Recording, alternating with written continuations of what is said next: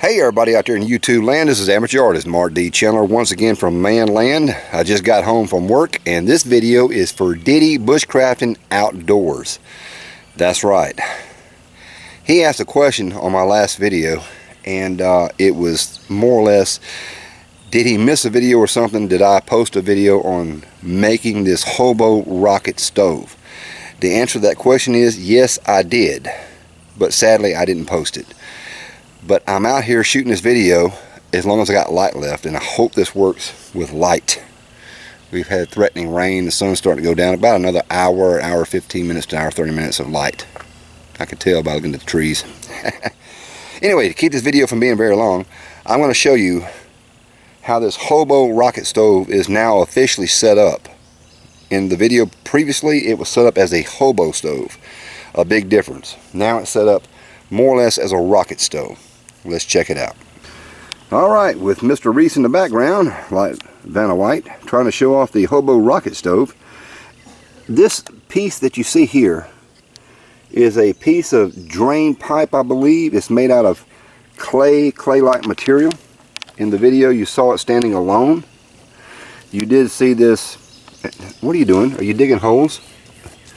Oh, he's very helpful, I tell you. Very helpful. This is right here is off a gas stove here. Of course, you know what this is one of the grill grates off a conventional oven that happens to fit almost directly, perfectly on top. I'm going to show you the difference. It will sit on top of it. However, it's not very close enough to make me feel comfortable. That's why I turn it cat-a-cornered to make sure I got something more or less solid. And this is something that I found here at Wee Wee's World. This piece here is hollow on the inside. It has a hole built into it, and the side that you see from the hole here up is actually shorter than from the hole down. In the original video I shot that hasn't been posted, I was using the rocket part. This was upside down. Turn it upside down.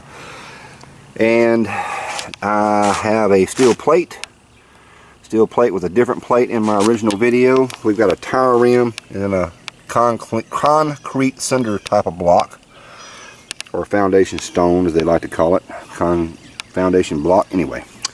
And what that does is it puts this piece of metal up about this area, and it could go up, it could stand to go up a little bit more.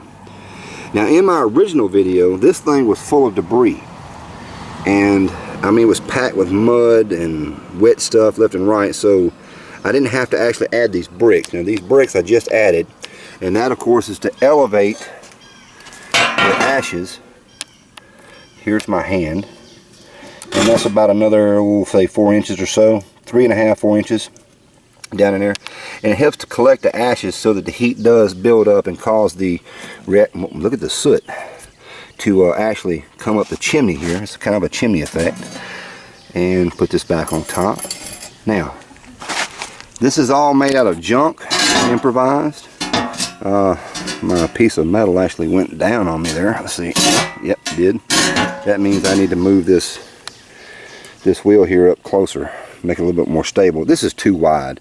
Like I say, the original piece I had a real narrow piece of metal, and it was on some bricks or something like that. But anyway, let me get this thing here going right quick. We're going to fry some chicken and some french fries as a demonstration, and we're going to try to do it as an actual rocket stove this time, not a Hobo stove. Now I will say this, that the distance from where the flame should be once the logs are here, the distance between this point and all the way up toward the cooking surface is actually a little bit too long, just a wee bit. I would say maybe knock off around, say, 2 inches, maybe 3 inches for a real good burn. However, with rocket stove, it puts out super heat once they're done properly, and I don't think I want to cook on anything that hot, to be honest. I mean, I'm not trying to boil water in record time. I want to slow cook. I want it to be a rocket stove type of thing where I can feed the wood in there, little effort, get it going, and be able to slow cook when I want it to.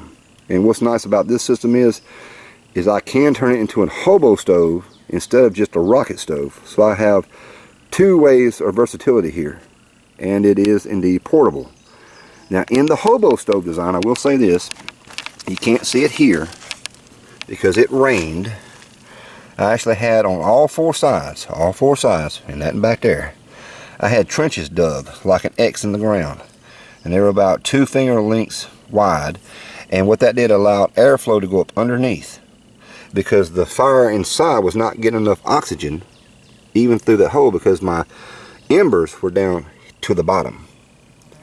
And that was the Hobo stove mode without this rocket base to feed the wood, if you will. So let me get this thing set up, get it going.